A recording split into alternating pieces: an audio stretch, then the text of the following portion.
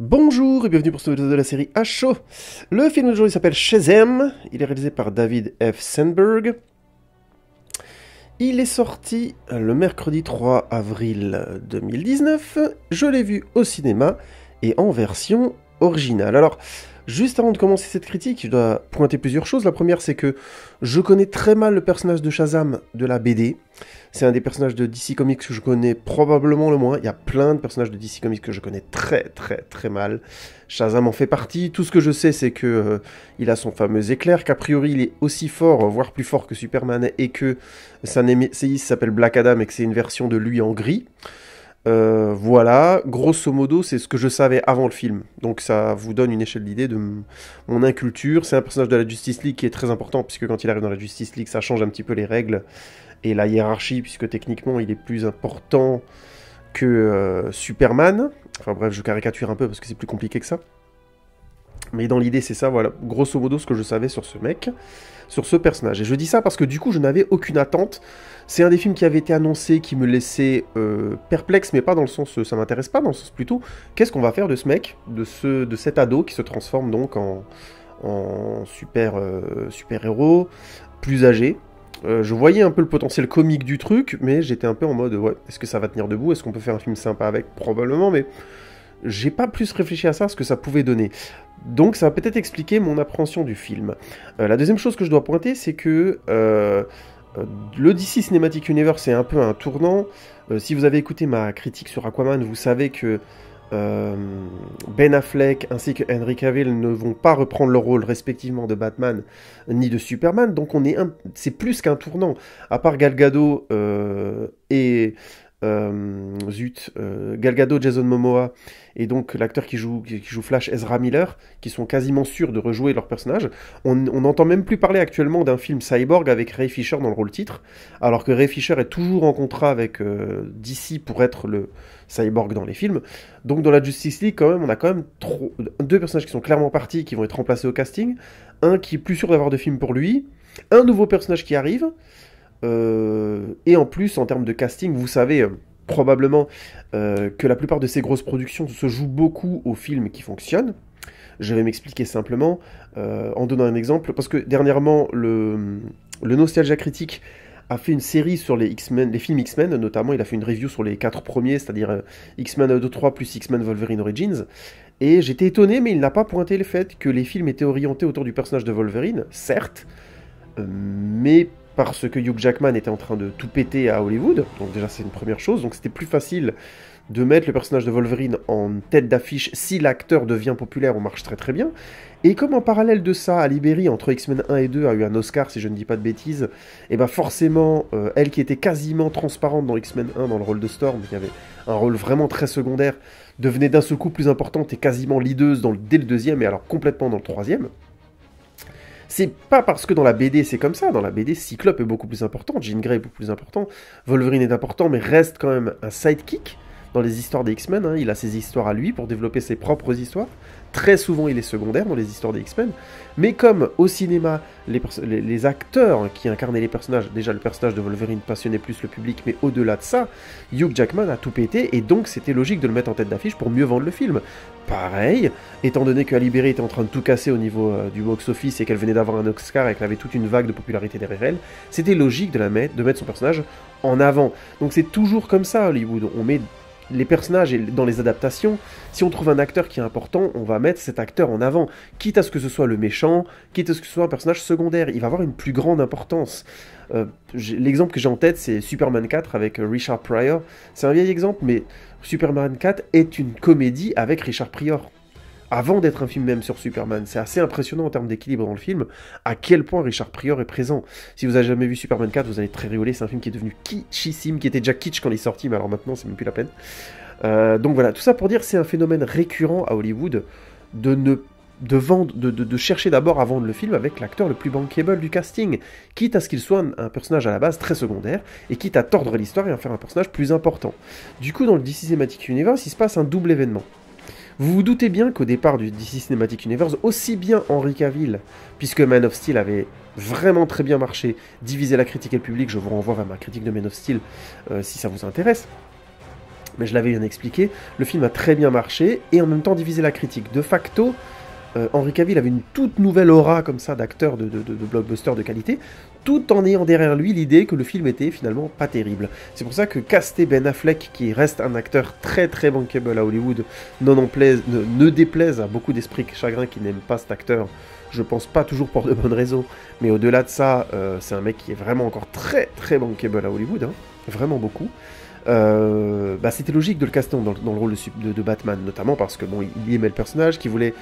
Il était resté sur l'échec Daredevil, qui pour lui, qui est un personnage qu'il aimait beaucoup, et le film avait été un vrai gaufrage critique et public, au-delà du fait que c'était plutôt un succès au box-office. Hein. Donc voilà, et le caster lui, c'était logique, c'était vraiment mettre deux têtes d'affiche dans les rôles de Superman et Batman. Donc on sait pourquoi Batman vs Superman a marché, et grosso modo, ça a apporté un petit peu les films jusqu'à Justice League, notamment parce que une des grandes réussites de Batman vs Superman a été d'introduire Wonder Woman. Ils ont eu l'intelligence de laisser Patty Jenkins travailler, et je parle bien de la production Warner Bros.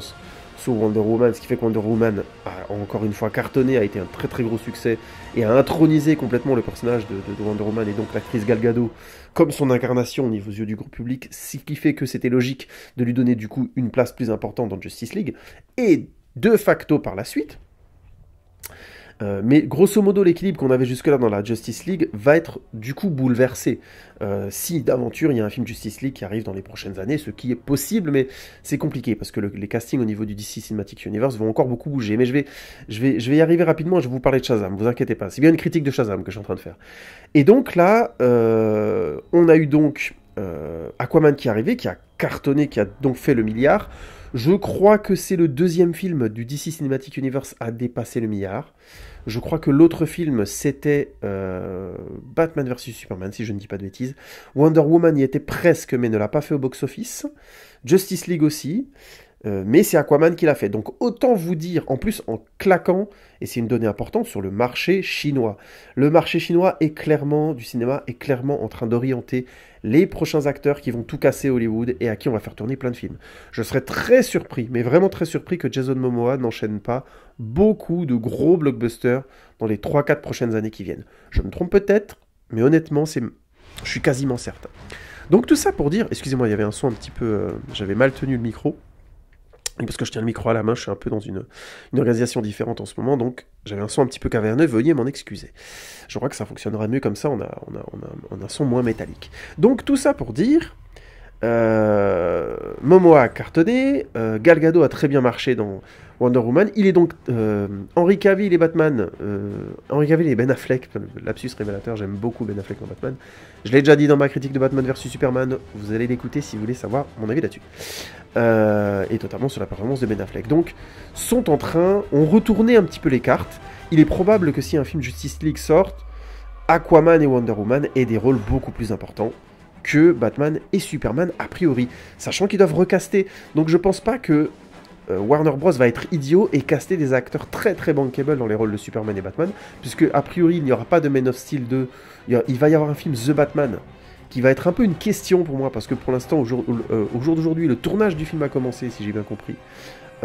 Et on n'a toujours pas l'acteur qui joue Batman, clairement. On ne sait pas qui c'est encore. Donc c'est vous dire si c'est un peu le bordel, cette production-là. Je suis même prêt à parier qu'il va y avoir un bins du genre, ils prennent un acteur, puis ils vont le changer au milieu. Ça a l'air d'être un beau bordel. Matt Reeves est vraiment dans de beaux draps à réaliser un film aussi compliqué en termes de production, sachant que au départ c'était Ben Affleck qui devait reprendre son rôle, qui devait le réaliser. Il a laissé tomber la réalisation quand il a vu un peu comment ça se passait sur la production de Justice League, et ensuite il a quitté le projet parce que bon, visiblement il a eu une séparation avec sa compagne, et en plus il se sentait plus d'incarner le personnage. Il faut être clair, hein, ça demande un énorme travail physique, une très très grosse implication de faire des personnages de super-héros, puisqu'on est encore dans un cliché du Ubermensch très musclé, grosso modo excusez-moi, la statue grecque. Donc de facto, s'engager pour jouer un super-héros est toujours un énorme pari pour un acteur et un énorme travail. C'est pas une question d'argent là, c'est vraiment tous les jours il faut faire de la muscu, des exercices, bien manger, faire gaffe. Alors tu peux avoir des coachs ainsi de suite, mais c'est très contraignant. C'est pour ça qu'il y a des acteurs qui se lancent pas dans ce genre de rôle, parce que c'est épuisant, parce que ça va presque trop loin entre guillemets dans le fait d'envahir leur vie privée. Et Ben Affleck ayant des soucis d'alcool, puisqu'il a des soucis d'alcoolisme, hein, il a déjà fait 2-3... je crois qu'il est à sa troisième rehab, je sais même plus comment ça maintenant, je trouve plus le mot français, c'est génial, je suis passé pour un snob. Cure de désintoxication, voilà, et du coup, voilà, ça en dit long sur ce que ça lui demande physiquement d'être aussi beefcake que dans Batman, sachant qu'il avance en âge et ainsi de suite, évidemment. Donc tout ça pour dire, il est peu probable qu'il recasse des acteurs aussi lourds financièrement ou bankable pour jouer The Batman, je ne le pense vraiment pas. Je pense qu'ils vont plutôt jouer sur le reste du casting, et proposer du coup un casting où il sera plus facile de mettre en avant Aquaman ou Gal Gadot maintenant qui coûte très très cher aussi à faire tourner, et je vais en parler ensuite de Zachary Levi dans Shazam, parce que a priori je spoil un peu ma critique, mais je pense que Shazam aussi, je pense qu'il va cartonner. Alors c'est mon impression, mais je reviendrai là-dessus après, je finis juste ce que j'essaie d'expliquer. Il y a vraiment des choses... les productions Warner d'ici restent très problématiques. C'est souvent le bordel. C'est beaucoup moins serein et beaucoup moins tenu par une personne comme chez Marvel, pour de bonnes ou de mauvaises raisons. Hein. Il se trouve que chez Marvel, je trouve que le boulot est en général plutôt bien fait, même si je suis assez alarmiste et je vous renvoie à ma critique de Captain Marvel. Mais en l'occurrence... Kevin Feige fait du bon taf, je pense que Avengers Endgame va cartonner, va être un très bon film. Je le pense vraiment, hein. Peut-être que je me gourre, mais je pense qu'on aura au minimum un très bon film. Après, on verra. On en discutera une fois qu'il sera sorti, je peux toujours me planter. Mais grosso modo, il n'y a pas cette sérénité-là chez Warner Bros. Et DC. Et du coup, je me dis qu'on va avoir vraiment un Justice League 2, une suite qui risque d'être très étrange pour le coup.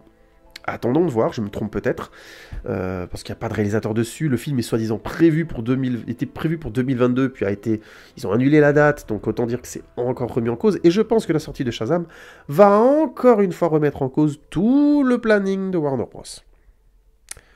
Pourquoi je dis ça ? Parce que il se trouve que Shazam, à mon avis, va être une très bonne réussite au niveau du box-office, mais je vais m'expliquer là-dessus après. On va d'abord parler du réalisateur, David F. Sandberg, parce que c'est un mec assez intéressant, qui s'est fait connaître en fait au niveau grand public en 2012, en sortant notamment un court-métrage qui s'appelait Lights Out, si je dis pas de bêtises, un très très bon court-métrage que vous avez peut-être vu, où une femme était chez elle et... elle avait une créature qui apparaissait dans l'obscurité que quand elle éteignait la lampe, sa lampe de chevet. Quand elle la rallumait, il n'y avait personne. Et donc ça jouait très très bien sur ce mécanisme de peur très simple, mais très efficace de tu éteins la lumière, la créature est là, tu la rallumes, elle n'est pas là. Évidemment, tu peux pas dormir avec la lumière, donc c'était un peu une situation comme ça. Le court-métrage est très efficace, je vous conseille de le voir. Et donc David F. Sandberg, ça l'a un peu propulsé à Hollywood. Tant mieux pour lui, il a bien joué ses cartes. Il avait déjà fait plusieurs courts-métrages avant, hein, mais en l'occurrence, ça l'a bien lancé. Il a donc réalisé le long-métrage tiré de ce court-métrage qui s'appelait Lights Out. Si vous voulez voir une critique intéressante de ce film, je vous conseille de voir celle du joueur du grenier, n'importe quoi, du fossoyeur de film, ça c'est un lapsus qui est marrant ça pour le coup, du fossoyeur de film, qui était une critique très intéressante.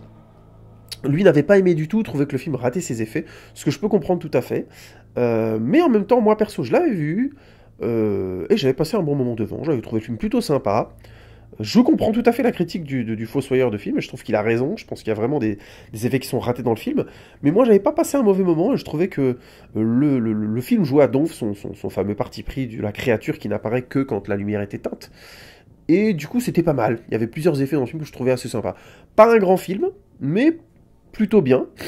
Donc voilà, David F. Sandberg qui commençait je trouve avec un long métrage tout à fait correct, pas forcément réussi en termes d'écriture, en termes de principe, mais pour le coup, encore une fois, je suis d'accord avec le fossoyeur de film, je vous renvoie à sa critique, mais pour le coup, je trouvais pas non plus un film acheté à la poubelle, ça restait un film tout à fait fréquentable. Il a fait ensuite Annabelle Création, que j'ai vu, et que pour le coup, j'ai trouvé pas mal du tout, moi. J'ai passé un bon moment devant Annabelle Création. J'ai pas adoré, hein, y avait notamment Anthony Lapaglia dedans, qui était très bien, Miranda Otto, une actrice que j'aime beaucoup aussi, qui jouait Éowyn dans... Les très vieux maintenant Seigneur des Anneaux, hein, ça date déjà d'il y a plus de 15 ans, 16 ans maintenant, et oui, on vieillit les amis, pour ceux qui étaient au cinéma à l'époque, et de facto, un film plutôt sympa, honnêtement moi j'avais passé un bon moment devant Annabelle Création, pas un grand film non plus, sur les origines de la fameuse poupée diabolique qu'on trouvait dans la série des films The Conjuring, qui a vu un premier film Annabelle qui était vraiment pas bien, nul. Mais Annabelle Création, pour le coup, je crois que c'est Annabelle... Non, c'est le titre original, c'est Creation. Ou je crois qu'ils avaient rebaptisé ça en français Annabelle Origine. Je sais plus. Bon, en tout cas, tout à fait sympathique. Pas un grand film, mais franchement, il avait fait du bon taf. Il avait bien, bien respecté son parti pris de départ. Et donc, il s'est retrouvé assez rapidement, alors qu'il était en train de faire un label création, sur le projet Shazam, chez DC Warner Bros., qui a finalement compris, après avoir cassé les pieds à David Ayer sur Suicide Squad, après avoir pourri le travail de Zack Snyder sur, non pas Man of Steel, mais beaucoup sur Batman vs Superman et surtout sur Justice League, et pourtant, alors qu'ils avaient compris, je pensais qu'ils avaient compris avec Wonder Woman, en ayant laissé Patty Jenkins tranquille, et ben non, ils ont quand même cassé les pieds à Zack Snyder, et on a obtenu du coup Joss Whedon a dû débarquer pour des raisons qui n'ont rien à voir avec la production, à réaliser Justice League, et ils lui ont encore cassé les pieds. Résultat, on a obtenu un Justice League complètement déséquilibré. Je vous renvoie à ma critique sur le film. Donc, je me disais que c'était un peu désespéré, et là débarque donc 1 an et demi quasiment après Justice League Aquaman. Vous pouvez aller écouter ma critique, j'en ai sorti une aussi, et que je trouvais très sympa. Franchement, j'ai passé un bon moment devant Aquaman. C'était un bon film. Pas un grand film, avec ses défauts, avec des choses un peu creuses dedans, mais globalement un bel univers, une belle introduction au personnage. Je peux pas nier que s'il y a une suite, j'aurais envie de la voir, mais même si c'était pas non plus le film de ouf, c'était pas un grand film non plus, mais c'était un film qui lançait bien le personnage, et comme le film a cartonné au box-office en plus, bon bah on va avoir une suite, on va carrément avoir un spin-off sur un lieu du film, donc ça vous donne une échelle d'idée de à quel point DC a compris qu'il devait pousser cet univers, et notamment en Chine. Ils vont faire un spin-off sur un lieu de Aquaman qui s'appelle La Tranchée. Je mets ma main au feu qu'il y aura dans le casting principal des acteurs asiatiques. Mais je mets ma main au feu. On verra, hein, je fais mon cake, mais on verra. Et donc, Shazam qui débarquait avec donc David F. Sandberg à la réalisation. Je m'étais pas renseigné plus que ça sur David F. Sandberg, je me suis renseigné sur lui après avoir vu Shazam. Vous savez que j'aime bien aborder mes critiques en commençant par vous parler un peu du réalisateur. C'est mon point de vue. Je suis moi-même réalisateur, vous le savez. Bon voilà, je suis réalisateur de que dalle, vous le savez, hein, j'ai réalisé un film dans ma vie, j'essaie de faire le deuxième, c'est la misère, donc j'ouvre pas ma bouche, mais c'est simplement des formations professionnelles, si je puis dire, parce qu'on ne peut pas dire que je sois professionnel puisque j'arrive pas à bosser dans mon domaine, mais tout ça pour dire déformation de mon délire personnel, de réalisateur Playmobil dans un évier, de penser d'abord au point de vue du réalisateur. Mais en même temps, tiens, je ne l'ai jamais souligné, ceci parce que je pense qu'on va plus voir des films de réalisateurs qu'on ne le croit. Et c'est pour ça que j'aime bien pointer ce qu'ils ont fait avant, parce que je trouve que c'est intéressant d'en avoir conscience, et de voir un peu le chemin, de voir les choses cousines, même si on n'aime pas forcément s'intéresser à ces questions-là, je trouve que c'est toujours intéressant de se dire « Ah oui, il avait fait ça avant ». Et il ne faut pas attendre que ce soit forcément Tarantino, Scorsese et autres pour s'intéresser au nom du réalisateur, parce que ça indique beaucoup de choses sur la qualité éventuelle de ce que vous allez voir, mais surtout sur la nature, les questionnements que vous allez voir. Des fois, en connaissant le réalisateur, on sait qu'un film, on va l'appréhender avec plus ou moins de dureté, et des fois on aura raison, parce que ça nous prépare bien à voir un film. Bon, en l'occurrence, je ne savais pas que c'était David F. Sandberg, donc je n'étais pas préparé, et donc, je suis allé voir Shazam, comme je vous l'ai dit, au cinéma. Et donc, je vais vous faire quand même un petit pitch, avant d'entamer ma critique. Ça donne quoi, Shazam? Petit pitch.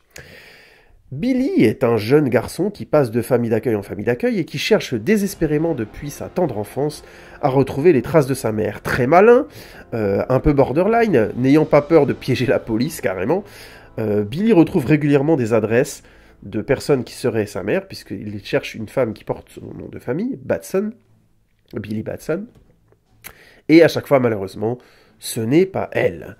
Il arrive donc dans une nouvelle famille d'accueil après s'être fait arrêter par la police une énième fois, n'ayant que très peu d'intérêt pour cette famille. Cependant, un jour en allant à l'école, des garçons s'en prennent à son plus ou moins demi-frère, qui le squatte mais que lui rejette de manière pas très sympathique. Sans violence, mais on va dire grosso modo qu'il est assez froid. Il décide d'aider son demi-frère contre ses bullies, et s'enfuit et prend le métro, et alors qu'il prend le métro se met à trembler, va dans un univers étrange, le fait atterrir lui tout seul dans un univers étrange où il rencontre un vieux magicien qui lui dit qu'il va lui transmettre ses pouvoirs, car il est le dernier espoir pour combattre la Légion des 7 péchés capitaux et leur champion. Billy sera donc le champion du bien, au cœur pur, celui qui va rétablir l'ordre dans la force. Je caricature, mais vous avez compris le pitch. Je ne veux pas trop déflorer l'histoire, parce que je trouve, je le dis tout de suite, que Shazam est bien écrit. C'est un film tout à fait bien écrit. On est face, je trouve, à un bon film où le sujet est bien traité, il est traité avec sensibilité, Ça fait plaisir de voir ça dans dans le DC Cinematic Universe, parce que je sais que beaucoup de gens avaient été critiques sur Wonder Woman et n'avaient pas trouvé les passages dans la Première Guerre mondiale crédibles, alors que moi, j'aurais vu et revu ce film plusieurs fois, je trouve toujours ça touchant, je trouve toujours assez incroyable l'équilibre que Patty Jenkins a réussi à créer entre un décryptage, une adaptation de la Première Guerre mondiale vraisemblable, et à mettre Wonder Woman au milieu de tout ça et que ça tienne émotionnellement. Je suis toujours bluffé par ça. Après, je comprends les critiques qui ont été faites sur le film, notamment sur l'équipe qui est autour de Wonder Woman et qui sont un peu tous, comment dire, des clichés, l'Indien, l'Arabe, le sniper irlandais qui boit beaucoup. Enfin, bon, on n'est pas dans des trucs d'une grande finesse, mais j'ai trouvé que les acteurs le jouaient tellement avec implication, tous, dans leurs différents rôles, que ce soit Saïd Taghmaoui ou le reste, hein, Chris Pine évidemment en tête, pour moi, je trouve que ça fonctionne complètement, et j'ai du mal à recevoir cette critique. Je trouve que c'est plus pour moi une appréhension d'avant le film, ou d'une image d'Épinal qu'on a de ce film, parce que je trouve que dans ce film-là, ça fonctionne. Et je pourrais l'expliquer avec des bouts de séquences de dialogue que je trouve pour le coup vraiment bien foutus, et où on voit la finesse et le travail de Patty Jenkins dans l'écriture du scénario, mais surtout dans son adaptation à l'image, dans la mise en scène et donc dans le rapport avec les acteurs. Et là, je vais être clair, je trouve que Shazam est de ce niveau-là. Je trouve que le casting est très bien géré, les différents membres de la famille, notamment les enfants, mais aussi les parents, ont tous des séquences d'une belle sensibilité simple, chacun en étant des personnages secondaires, voire tertiaires, autour de Billy, et ça marche vraiment bien. Ce qui fait que je trouve que le film prend son temps pour créer un contexte émotionnel crédible, pour de bonnes raisons. Ça fait du bien, ça faisait un moment que j'avais pas vu un film de super-héros, je trouve, où j'ai senti le rythme cohérent, qui assume en même temps complètement son truc. C'est pour ça qu'il y a des passages que j'ai trouvé un peu longs, mais en même temps, c'est le discours et le ton du film est celui-là. Du coup, je peux difficilement critiquer ça. Je suis allé voir Captain Marvel dernièrement, je critiquais le fait que je trouvais le film n'avait pas grand-chose à raconter, et que du coup, les phases d'humour et ainsi de suite me semblaient être efficace quand il y avait Samuel L. Jackson, sinon pas très intéressant, parce que tout simplement on n'était pas passé au degré d'écriture où l'histoire tient vraiment bien la route, et on y incorpore un humour qui fait réellement partie du cœur et du ton de cette histoire. Là, par contre, dans Shazam, je trouve que c'est vraiment très bien. Tout le film part d'un contraste simple, hein, que vous avez certainement vu dans la bande-annonce. Billy, quand il se transforme en Shazam, devient un garçon d'une trentaine d'années. C'est ma femme qui m'a appris l'âge de Zachary Levi. Alors, si j'ai bien compris, il a 35-36 ans. Et du coup, c'est un gars de 14 ans qui se transforme en Ubermensch de 35 ans. Et tout ce décalage est joué sans arrêt. Un adulte qui est en fait un ado, donc on retrouve les recettes de films, d'anciens films comme Big par exemple, avec Tom Hanks. Je sais pas si vous voyez quel film c'est un gosse qui passe devant une sorte de jeu de fête foraine où on peut faire un souhait, et il fait le souhait de devenir un adulte et il le devient. Pas mal comme film, je pense qu'il devrait avoir plutôt bien vieilli, il faudrait que je le revoie à l'occasion. Tiens, ce serait peut-être l'occasion de faire un audioblog, bref. Typiquement le genre de film dont j'ai envie de faire un podcast pour le coup, pour savoir si ça a vieilli. Enfin, c'était un film assez touchant finalement, Big. Plein de raisons. Donc tout ça pour dire, c'est un peu la même ficelle, donc le gosse qui est dans le cadre d'un adulte et qui donc peut se permettre d'aller acheter de la bière, de faire un peu n'importe quoi avec de l'argent, de faire des bêtises, et en plus il a des pouvoirs, donc on joue complètement cette carte-là. Il y a toute une phase où il délire avec son frère, son demi-frère, qui se rend compte qu'il a un pouvoir, et donc ils font des tests.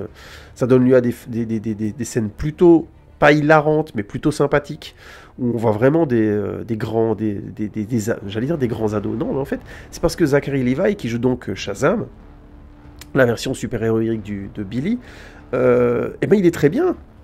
Il arrive vraiment à nous faire croire que c'est un ado dans un corps d'adulte. Je trouve qu'on y croit tout de suite. C'est assez étonnant comme les deux acteurs, je trouve, sont assez en symbiose au final. Alors, j'exagère un peu parce que je comprendrais qu'on puisse ne pas le ressentir, notamment parce que je pense qu'il y a eu peut-être un choix très radical de prendre Shazam tel qu'il est dans la BD, donc c'est-à-dire d'avoir ce fameux costume que je trouve kitsch, et qui... Je viens de voir le film en entier et je trouve qu'à la fin le costume est toujours kitsch. Alors pour une raison très très maligne, et que je ne connaissais pas honnêtement du personnage, à la fin du film c'est complètement assumé. Et je trouve que du coup ça marche, et je peux pas le critiquer comme un effet raté, mais je comprendrais qu'on ait du mal à y croire, parce que c'est un costume quand même très très très kitsch. C'est vraiment rouge avec une sorte de petite cape blanche derrière avec des liserés dorés. Je ne vois pas en quoi d'ailleurs dans la mythologie d'où vient ce pouvoir, pourquoi il s'habillerait comme ça, vraiment, parce que c'est très kitsch, hein. c'est le moins qu'on puisse dire d'ailleurs, avec ce fameux éclair là. Bon, en même temps, assumer complètement le visuel du personnage, moi je dis pourquoi pas. Mais c'est toujours pareil, c'est toujours casse-gueule, ça peut vite devenir le cirque Barnum. Je vous renvoie à mon exemple du film X-Men 1 que je cite souvent, c'est cette idée qu'a eu Bryan Singer de dire à un moment donné à la production, il est hors de question de les habiller en jaune, bleu, rose, vert et trucs, parce qu'ils vont passer pour des guignols, on n'y croira jamais. Et il a eu l'intelligence de leur faire ces costumes noirs, qui les transformaient en sorte de rebelles, mais aussi de gens qui essaient d'être discrets, qui veulent pas forcément être vus. Dont il y avait quelque chose comme ça, je trouve, d'intelligent, et à l'époque qui avait été critiqué, mais qui les a rendus beaucoup plus vraisemblables. Alors maintenant, c'était il y a 20 ans, il y a quasiment... Non, c'était il y a 20 ans, puisque X-Men était en plein tournage en 99, et on est en 2019. Oh mon dieu que j'ai vieilli. Oh mon dieu, quelle claque. Bref, donc c'était il y a 20 ans, et c'était adapté à l'époque. Là, maintenant, on est passé à travers 20 ans de films de super-héros. La révolution Marvel Cinematic Universe a vraiment entériné le fait que les films de super-héros sont appréciés par le grand public, donc on peut y aller et se lâcher. Donc il vaut mieux être kitsch et avoir une identité visuelle très forte, pour se démarquer et réussir à trouver son public, plutôt que d'être un petit peu le pied sur le frein et essayer de faire quelque chose qui serait, on va dire, un petit peu trop dans la retenue. Donc, mais j'entendrais que le public me dise, que des gens me disent, voilà, que des spectateurs, que vous me dites, que voilà, vous avez un peu mal adhéré à ce changement entre l'acteur qui joue Billy, qui s'appelle Asher Angel, et Zachary Levi en Shazam. Ça, je peux le comprendre. Moi, perso, j'ai complètement adhéré. J'ai trouvé très vite, j'y croyais, que c'était bien Billy qui se transformait en Shazam, et ça, c'est une grande réussite, et je pense que ça joue beaucoup au fait que Zachary Levi joue très bien le grand ado, quoi. Il est très crédible. Et je trouve ça balèze, hein, sachant qu'il a 36 ans, c'est pas facile comme geste d'acting, franchement. Et pour le coup, ça emporte beaucoup le film, je trouve. On se retrouve du coup face à un film très sympathique, généreux en scène d'action, pas forcément très spectaculaire, c'est pas toujours étonnant, mais qui font le taf et qui jouent toujours sur ce ressort comique. Alors pour peu qu'on n'adhère pas à ce ressort comique, c'est-à-dire l'ado dans un corps d'adulte, le film peut vite devenir chiant, hein. Ça, c'est clair et net. Je fais un détour par les notes que le film a reçues, notamment. C'est un peu contrasté. En France, le film a reçu des notes assez terribles et se fait pas mal bâcher. Et je crois qu'il a 2,8 dans les notes de presse, donc c'est pas beaucoup, hein. Ça fait 2,8 sur 5 sur Allociné. Par contre, à l'inverse, aux États-Unis, donc sur IMDb, il a 8,1 sur 10. Donc ça a l'air de beaucoup mieux passer. Visiblement, ça a l'air d'être assez contrasté. Et les premiers papiers que j'ai pu voir dans la presse française, il y en a un qui le défonce en disant que c'est un film très mauvais, que le film s'est marvelisé et que le DC Cinematic Universe est en train de se planter. Et un autre qui dit qu'au contraire, qu'il électrise complètement l'écran, que ça fonctionne super bien, qu'ils ont un nouveau super-héros et qu'ils peuvent se passer de Superman. Donc il y a vraiment deux clans qui ont l'air de s'opposer. Et de mon point de vue, c'est très bon signe. Ça veut dire, je pense qu'on est vraiment face à un film de qualité. Vous me connaissez, je préfère que le film soit singulier et ne me plaise pas, que le film soit mou et me plaise. S'il est mou et qu'il me plaise, je suis content, mais quelque part je suis déçu parce que je veux d'abord et avant tout que les films soient singuliers, soient des objets qui me mènent quelque chose de nouveau, des vraies tentatives. Et là je trouve que Shazam pour le coup tente quelque chose de très intéressant en assumant complètement la nature de son personnage principal, de cet orphelin, de cette famille d'orphelins réunis, puisque c'est une famille d'enfants adoptés, si j'ai bien compris, tous par un couple, et qu'ils étaient eux-mêmes orphelins avant, et du coup il y a une filiation de leur histoire qui fonctionne vraiment très bien, qui est très sensible, qui joue sur plein de ressorts comiques, hein, mais je trouve que pour le coup ça fait partie du ton de cette famille, du personnage de Shazam et de son pote, de son demi-frère là dont il est très très proche, et c'est assumé du début jusqu'à la fin du film. Le discours sur la famille que tient le film est beau. Notamment parce qu'en face, on a un méchant qui est joué par Mark Strong. Mark Strong, que j'aime énormément, qui est un acteur décidément que je kiffe, comme on dit, qui est Merlin dans j'allais dire The Golden Circle, les films Kingsman, qui est aussi Mark Strong Sinistro dans le sinistre le sinistre Green Lantern. Je sais pas, il a joué dans tous les films de Matthew Vaughn, donc il est aussi... non, pas tous, mais il a joué dans beaucoup de films de Matthew Vaughn. Il est aussi le frère méchant dans l'excellent je crois Starlight, c'est ça? Je crois que c'est Starlight, je me souviens plus du titre de ce très bon film. Un film féerique, mais probablement un de mes préférés, avec Charlie Cox et Claire Danes. Oh, Robert De Niro aussi. Ah, ça me revient pas, et le mec qui va courir après une étoile. Ah, voilà. C'est pas Starlight, je retrouve plus le titre, désolé. Enfin voilà, donc Mark Strong qui joue dans tous ses films et qui est à chaque fois vraiment très bien, avec un acteur que j'aime beaucoup, qui est parfois caricatural, qui est peut-être utilisé un peu trop pour sa gueule parfois, parce que je trouve qu'il est capable de jouer des choses très différentes. Après, il a une gueule de méchant, donc on lui fait souvent jouer des méchants ou des sidekicks, mais il le fait très bien. C'est vraiment un acteur pour qui j'ai beaucoup de respect. Je trouve qu'il fait le taf, quoi. Il a beaucoup de présence avec peu. C'est aussi le méchant dans Kick-Ass 1, bref, voilà, Frank D'Amico. Vraiment bon acteur. Et donc là, encore une fois, il fait très bien le taf dans le rôle du docteur Thaddeus Sivana. Excusez-moi, je sais plus si c'est Sylvana ou Sivana, bon, Sivana. Et il fait bien le taf, et il est bon, et son histoire à lui aussi est développée, elle est bien développée. Et elle amène beaucoup de densité à la narration et à la confrontation entre lui et donc Shazam.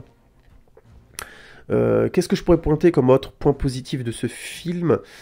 J'ai trouvé qu'on a de vraies scènes d'action pour le coup, pas forcément très originales, mais qui sont très efficaces. Au-dessus forcément de ce que propose Captain Marvel. Oui, je suis obligé de le comparer, puisque Captain Marvel sort au même moment. Excusez-moi si vous écoutez ce podcast bien plus tard. Mais en l'occurrence, j'ai simplement eu assez d'implications dans l'histoire pour que les scènes d'action soient pas forcément révolutionnaires, mais auxquelles je puisse adhérer. Et ça crée une grosse différence par rapport à Captain Marvel, où je ne m'étais pas vraiment senti investi dans l'histoire. Tout simplement parce que le film, comme je l'avais expliqué, est mal écrit. Mais je vous renvoie à ma critique pour ça. Mais simplement, je tiens à souligner vraiment le fait que, à comparer, je trouve que c'est pas comparable. Shazam est vraiment au-dessus. À tous les niveaux. Il est mieux écrit, il est mieux monté, il est mieux rythmé. Alors, je modère un peu ce que je dis là. Les acteurs étaient excellents dans Captain Marvel. Je tiens à souligner encore une fois, Brie Larson faisait super bien le taf. Et là, du coup, c'est aussi le cas. Je trouve que le casting fait vraiment le taf globalement. À part peut-être Jimon Unsu, qui joue le rôle du vieux sorcier, mais pourquoi ils sont allés prendre Jimon Unsu, qui est un acteur qui est génial quand on lui laisse sa gueule, là, qui joue aussi dans Captain Marvel, d'ailleurs, il était décidément dans les films de super-héros, lui, ces derniers temps, et je sais pas pourquoi ils l'ont casté lui pour jouer ce rôle, c'est assez improbable, il a une barbe et une perruque, mais c'est... je sais pas pourquoi ils ont choisi ça, peut-être qu'ils voulaient jouer sur un côté loufoque, ça marche, hein, ça fonctionne, y a pas de problème, mais bon, pour le coup, c'est un peu, pour moi, une question, ce choix de casting. Mais bon, tous les acteurs jouent à fond, et Jimon Unsu aussi. Non, les nuances que je pourrais amener, c'est que le casting fait très bien le taf, mais c'est simplement que le scénario est bien écrit, là où le scénario de Captain Marvel était beaucoup moins bien écrit. Voilà, point barre. La grande différence, elle est là, et c'est ce qui fait qu'à la fin de Shazam, on est touché, ça peut être vraiment touchant, voire émouvant, alors que Captain Marvel, je trouve qu'on passe au travers. Il y a rien de réellement touchant, même à la fin. C'est ça qui était un peu dommage. D'ailleurs, j'avais pu discuter avec une personne qui m'a fait un très très bon retour, je leur remercie d'ailleurs, sur le fait qu'effectivement c'était un film qui se voulait quelque part féministe, mais que je trouvais que ça passait à l'as, parce que quand le film n'est pas assez fort, le message devient secondaire. Vous voyez ce que je veux dire? Si le film est fort, on commence à se poser des questions sur qu'est-ce qu'il voulait nous dire, où il nous a amené, et ainsi de suite. Si le film est moyen, on passe un peu au-dessus du message. Et comme j'ai trouvé Captain Marvel vraiment moyen, je lui ai donné d'ailleurs la note de Captain Normal sur 20, c'est forcément son message féministe m'est un peu passé au-dessus de la tête, et j'ai trouvé que ça n'avait pas grande portée. Là, vous avez Shazam qui fonctionne, et du coup le message sur la famille, sur ce qu'est la famille, sur le fait de se créer une famille, et que c'est important de quelque part d'avoir conscience de ça, que c'est quelque chose qui se fait.